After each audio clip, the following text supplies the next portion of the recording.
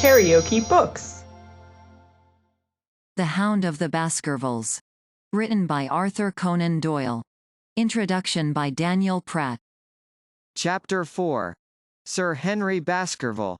Our breakfast table was cleared early, and Holmes waited in his dressing gown for the promised interview.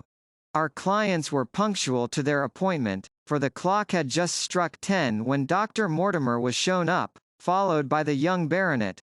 The latter was a small, alert, dark-eyed man about 30 years of age, very sturdily built, with thick black eyebrows and a strong, pugnacious face. He wore a ruddy-tinted tweed suit, and had the weather-beaten appearance of one who has spent most of his time in the open air, and yet there was something in his steady eye and the quiet assurance of his bearing which indicated the gentleman. "This is Sir Henry Baskerville," said Dr. Mortimer.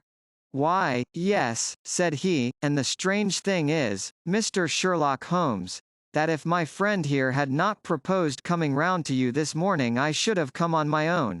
I understand that you think out little puzzles, and I've had one this morning which wants more thinking out than I am able to give it. Pray take a seat, Sir Henry. Do I understand you to say that you have yourself had some remarkable experience since you arrived in London?" "Nothing of much importance, Mr. Holmes. Only a joke, as like as not. It was this letter, if you can call it a letter, which reached me this morning." He laid an envelope upon the table, and we all bent over it. It was of common quality, greyish in colour.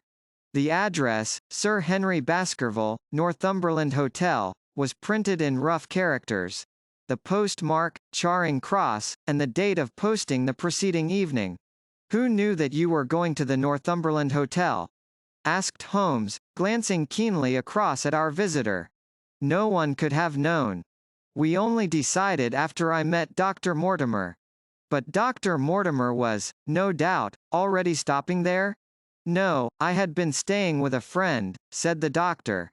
"There was no possible indication that we intended to go to this hotel." "Someone seems to be very deeply interested in your movements." Out of the envelope he took a half-sheet of foolscap paper folded into 4. This he opened and spread flat upon the table.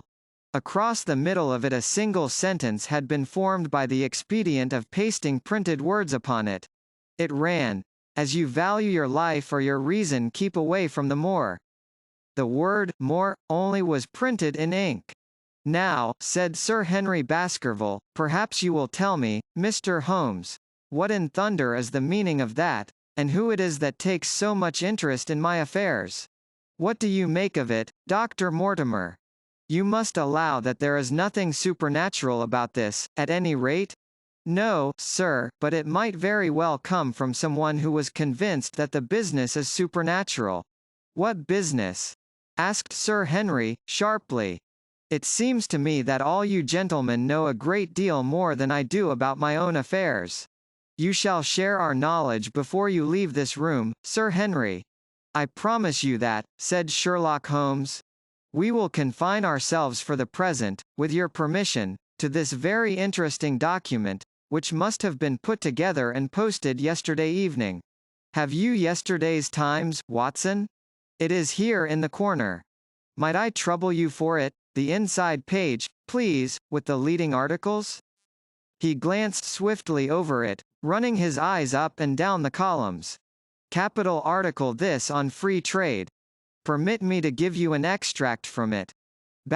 You may be cajoled into imagining that your own special trade or your own industry will be encouraged by a protective tariff, but it stands to reason that such legislation must in the long run keep away wealth from the country, diminish the value of our imports, and lower the general conditions of life in this island. What do you think of that, Watson?" cried Holmes, in high glee, rubbing his hands together with satisfaction. "Don't you think that is an admirable sentiment?" Dr. Mortimer looked at Holmes with an air of professional interest, and Sir Henry Baskerville turned a pair of puzzled dark eyes upon me. "I don't know much about the tariff and things of that kind," said he, "but it seems to me we've got a bit off the trail so far as that note is concerned. On the contrary, I think we are particularly hot upon the trail, Sir Henry. Watson here knows more about my methods than you do, but I fear that even he has not quite grasped the significance of this sentence. No, I confess that I see no connection. And yet, my dear Watson, there is so very close a connection that the one is extracted out of the other. You, your, life, reason, value, keep away, from the. Don't you see now whence these words have been taken? By thunder, you're right. Well, if that isn't smart, cried Sir Henry. If any possible doubt remained, it is settled by the fact that keep away, and, from the, are cut out in one piece. Well, now, so it is. Really, Mr. Holmes, this exceeds anything which I could have imagined, said Dr. Mortimer, gazing at my friend in amazement. I could understand anyone saying that the words were from a newspaper, but that you should name which, and add that it came from the leading article, is really one of the most remarkable things which I have ever known. How did you do it? I presume, doctor, that you could tell the skull of a Negro from that of an Esquimaux? Most certainly. But how? Because that is my special hobby. The differences are obvious. The supraorbital crest, the facial angle, the maxillary curve, the. But this is my special hobby, and the differences are equally obvious. There is as much difference to my eyes between the leaded bourgeois type of a Times article and the slovenly print of an evening halfpenny paper as there could be between your Negro and your Esquimaux. The detection of types is one of the most elementary branches of knowledge to the special expert in crime, though I confess that once when I was very young I confused the Leeds Mercury with the Western Morning News. But a Times leader is entirely distinctive, and these words could have been taken from nothing else. As it was done yesterday, the strong probability was that we should find the words in yesterday's issue. So far as I can follow you, then, Mr. Holmes, said Sir Henry Baskerville, someone cut out this message with a scissors. Nail scissors, said Holmes. You can see that it was a very short-bladed scissors, since the cutter had to take 2 snips over keep away. That is so. Someone, then, cut out the message with a pair of short-bladed scissors, pasted it with paste. Gum, said Holmes. With gum on to the paper. But I want to know why the word more should have been written? Because he could not find it in print. The other words were all simple, and might be found in any issue, but more would be less common. Why, of course, that would explain it. Have you read anything else in this message, Mr. Holmes? There are 1 or 2 indications, and yet the utmost pains have been taken to remove all clues. The address, you observe, is printed in rough characters. But the Times is a paper which is seldom found in any hands but those of the highly educated. We may take it, therefore, that the letter was composed by an educated man who wished to pose as an uneducated one, and his effort to conceal his own writing suggests that that writing might be known, or come to be known, by you. Again, you will observe that the words are not gummed on in an accurate line, but that some are much higher than others. Life, for example, is quite out of its proper place. That may point to carelessness or it may point to agitation and hurry upon the part of the cutter. On the whole I incline to the latter view, since the matter was evidently important, and it is unlikely that the composer of such a letter would be careless. If he were in a hurry, it opens up the interesting question why he should be in a hurry, since any letter posted up to early morning would reach Sir Henry before he would leave his hotel. Did the composer fear an interruption, and from whom? We are coming now rather into the region of guesswork, said Dr. Mortimer. Say, rather, into the region where we balance probabilities and choose the most likely. It is the scientific use of the imagination, but we have always some material basis on which to start our speculation. Now, you would call it a guess, no doubt, but I am almost certain that this address has been written in a hotel. How in the world can you say that? If you examine it carefully you will see that both the pen and the ink have given the writer trouble. The pen has spluttered twice in a single word, and has run dry 3 times in a short address, showing that there was very little ink in the bottle. Now, a private pen or ink bottle is seldom allowed to be in such a state, and the combination of the two must be quite rare. But you know the hotel ink and the hotel pen, where it is rare to get anything else. Yes, I have very little hesitation in saying that could we examine the wastepaper baskets of the hotels round Charing Cross until we found the remains of the mutilated Times leader, we could lay our hands straight upon the person who sent this singular message. Holloa. Holloa. What's this? He was carefully examining the fool's cap, upon which the words were pasted, holding it only an inch or two from his eyes. Well? Nothing, said he, throwing it down. It is a blank half sheet of paper, without even a watermark upon it. I think we have drawn as much as we can from this curious letter. And now, Sir Henry, has anything else of interest happened to you since you have been in London? Why, no, Mr. Holmes. I think not. You have not observed any one follow or watch you. I seem to have walked right into the thick of a dime novel, said our visitor. Why in thunder should any one follow or watch me? We are coming to that. You have nothing else to report to us before we go into this matter? Well, it depends upon what you think worth reporting. I think anything out of the ordinary routine of life well worth reporting. Sir Henry smiled. I don't know much of British life yet, for I have spent nearly all my time in the States and in Canada. But I hope that to lose one of your boots is not part of the ordinary routine of life over here. You have lost one of your boots? My dear sir, cried Dr. Mortimer, it is only mislaid. You will find it when you return to the hotel. What is the use of troubling Mr. Holmes with trifles of this kind? Well, he asked me for anything outside the ordinary routine. Exactly, said Holmes, however foolish the incident may seem. You have lost one of your boots, you say? Well, mislaid it, anyhow. I put them both outside my door last night, and there was only one in the morning. I could get no sense out of the chap who cleans them. The worst of it is that I only bought the pair last night in the Strand, and I have never had them on. If you have never worn them, why did you put them out to be cleaned? They were tan boots, and had never been varnished. That was why I put them out. Then I understand that on your arrival in London yesterday you went out at once and bought a pair of boots? I did a good deal of shopping. Dr. Mortimer here went round with me. You see, if I am to be squire down there I must dress the part, and it may be that I have got a little careless in my ways out west. Among other things I bought these brown boots, gave $6 for them, and had one stolen before ever I had them on my feet. It seems a singularly useless thing to steal, said Sherlock Holmes. I confess that I share Dr. Mortimer's belief that it will not be long before the missing boot is found. And, now, gentlemen, said the baronet, with decision, it seems to me that I have spoken quite enough about the little that I know.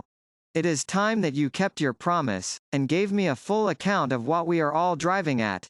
Your request is a very reasonable one, Holmes answered. Dr. Mortimer, I think you could not do better than to tell your story as you told it to us. Thus encouraged, our scientific friend drew his papers from his pocket, and presented the whole case as he had done upon the morning before. Sir Henry Baskerville listened with the deepest attention, and with an occasional exclamation of surprise. Well, I seem to have come into an inheritance with a vengeance, said he, when the long narrative was finished. Of course, I've heard of the Hound ever since I was in the nursery. It's the pet story of the family, though I never thought of taking it seriously before. But as to my uncle's death, well, it all seems boiling up in my head, and I can't get it clear yet. You don't seem quite to have made up your mind whether it's a case for a policeman or a clergyman. Precisely. And now there's this affair of the letter to me at the hotel. I suppose that fits into its place. It seems to show that someone knows more than we do about what goes on upon the moor, said Dr. Mortimer. And also, said Holmes, that someone is not ill disposed towards you, since they warn you of danger. Or it may be that they wish, for their own purposes, to scare me away. Well, of course, that is possible also. I am very much indebted to you, Dr. Mortimer, for introducing me to a problem which presents several interesting alternatives. But the practical point which we now have to decide, Sir Henry, is whether it is or is not advisable for you to go to Baskerville Hall. Why should I not go? There seems to be danger. Do you mean danger from this family fiend, or do you mean danger from human beings? Well, that is what we have to find out. Whichever it is, my answer is fixed. There is no devil in hell, Mr. Holmes, and there is no man upon earth who can prevent me from going to the home of my own people, and you may take that to be my final answer. His dark brows knitted and his face flushed to a dusky red as he spoke. It was evident that the fiery temper of the Baskervilles was not extinct in this their last representative. Meanwhile, said he, I have hardly had time to think over all that you have told me. It's a big thing for a man to have to understand and to decide at one sitting. I should like to have a quiet hour by myself to make up my mind. Now, look here, Mr. Holmes, it's 11:30 now, and I am going back right away to my hotel. Suppose you and your friend, Dr. Watson, come round and lunch with us at 2? I'll be able to tell you more clearly then how this thing strikes me. Is that convenient to you, Watson? Perfectly. Then you may expect us. Shall I have a cab called? I'd prefer to walk, for this affair has flurried me rather. I'll join you in a walk, with pleasure, said his companion. Then we meet again at 2 o'clock. Au revoir, and good morning. We heard the steps of our visitors descend the stair and the bang of the front door. In an instant Holmes had changed from the languid dreamer to the man of action. Your hat and boots, Watson, quick!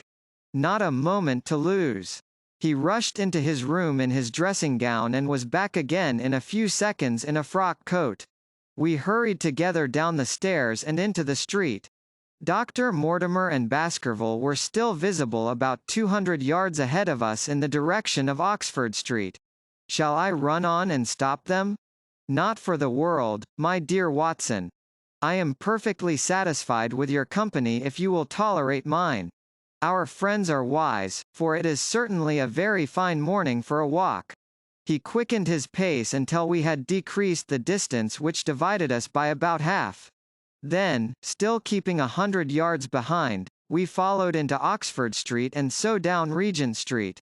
Once our friends stopped and stared into a shop window, upon which Holmes did the same.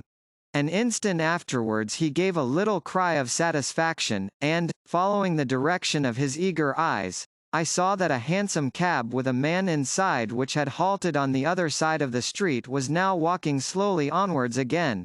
There's our man, Watson. Come along. We'll have a good look at him, if we can do no more. At that instant I was aware of a bushy black beard and a pair of piercing eyes turned upon us through the side window of the cab. Instantly the trapdoor at the top flew up, something was screamed to the driver, and the cab flew madly off down Regent Street. Holmes looked eagerly round for another, but no empty one was in sight. Then he dashed in wild pursuit amid the stream of the traffic, but the start was too great, and already the cab was out of sight. There now, said Holmes, bitterly, as he emerged panting and white with vexation from the tide of vehicles. Was ever such bad luck and such bad management, too? Watson, Watson, if you are an honest man you will record this also and set it against my successes. Who was the man? I have not an idea. A spy? Well, it was evident from what we have heard that Baskerville has been very closely shadowed by someone since he has been in town. How else could it be known so quickly that it was the Northumberland Hotel which he had chosen? If they had followed him the first day, I argued that they would follow him also the second. You may have observed that I twice strolled over to the window while Dr. Mortimer was reading his legend. Yes, I remember. I was looking out for loiterers in the street, but I saw none. We are dealing with a clever man, Watson. This matter cuts very deep, and though I have not finally made up my mind whether it is a benevolent or a malevolent agency which is in touch with us, I am conscious always of power and design. When our friends left, I at once followed them in the hopes of marking down their invisible attendant. So wily was he that he had not trusted himself upon foot, but he had availed himself of a cab, so that he could loiter behind or dash past them and so escape their notice. His method had the additional advantage that if they were to take a cab he was all ready to follow them. It has, however, one obvious disadvantage. It puts him in the power of the cabman. Exactly. What a pity we did not get the number. My dear Watson, clumsy as I have been, you surely do not seriously imagine that I neglected to get the number? 2704 is our man. But that is no use to us for the moment. I fail to see how you could have done more. On observing the cab I should have instantly turned and walked in the other direction. I should then at my leisure have hired a second cab and followed the first at a respectful distance, or, better still, have driven to the Northumberland Hotel and waited there. When our unknown had followed Baskerville home we should have had the opportunity of playing his own game upon himself, and seeing where he made for. As it is, by an indiscreet eagerness, which was taken advantage of with extraordinary quickness and energy by our opponent, we have betrayed ourselves and lost our man. We had been sauntering slowly down Regent Street during this conversation, and Dr. Mortimer, with his companion, had long vanished in front of us. There is no object in our following them, said Holmes. The shadow has departed and will not return. We must see what further cards we have in our hands, and play them with decision. Could you swear to that man's face within the cab? I could swear only to the beard. And so could I, from which I gather that in all probability it was a false one. A clever man upon so delicate an errand has no use for a beard save to conceal his features. Come in here, Watson. He turned into one of the district messenger offices, where he was warmly greeted by the manager. Ah, Wilson, I see you have not forgotten the little case in which I had the good fortune to help you. No, sir, indeed I have not. You saved my good name, and perhaps my life. My dear fellow, you exaggerate.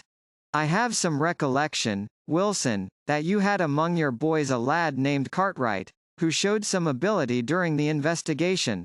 Yes, sir, he is still with us. Could you ring him up? Thank you. And I should be glad to have change of this £5 note. A lad of 14, with a bright, keen face, had obeyed the summons of the manager. He stood now gazing with great reverence at the famous detective. Let me have the hotel directory, said Holmes. Thank you. Now, Cartwright, there are the names of 23 hotels here, all in the immediate neighborhood of Charing Cross. Do you see? Yes, sir. You will visit each of these in turn. Yes, sir. You will begin in each case by giving the outside porter 1 shilling. Here are 23 shillings. Yes, sir. You will tell him that you want to see the waste paper of yesterday. You will say that an important telegram has miscarried, and that you are looking for it. You understand? Yes, sir. But what you are really looking for is the center page of the Times with some holes cut in it with scissors. Here is a copy of the Times. It is this page.